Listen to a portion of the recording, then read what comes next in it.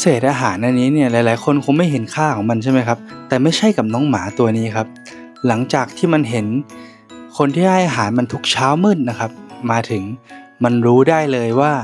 อาหารเช้ามาถึงมันแล้วคนนี้คือมิสเตอร์เสมอมุงคูนนะครับขอโทษที่อ่านผิดคุณพ่อนะครับคุณพ่ออยู่ในครอบครัวที่อบอุ่น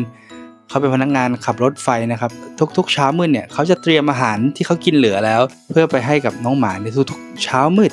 ณสถานีรถไฟแห่งหนึ่งเป็นประจำนะครับแล้วหมาตัวนี้เนี่ยมันก็รู้เลยว่ามันต้องมารอตรงนี้ที่เดิมทุกวันแล้วพอมันเห็นแววตาของคนให้ของมันนะครับใส่เลยครับเกียร์หมาแล้วก็เป็นไปตามคาดครับเขาก็เอาอาหารไปวางไว้ที่เดิมครับน้องหมาก็ดีใจมากๆครับผมโอ้เรื่องราวประทับใจ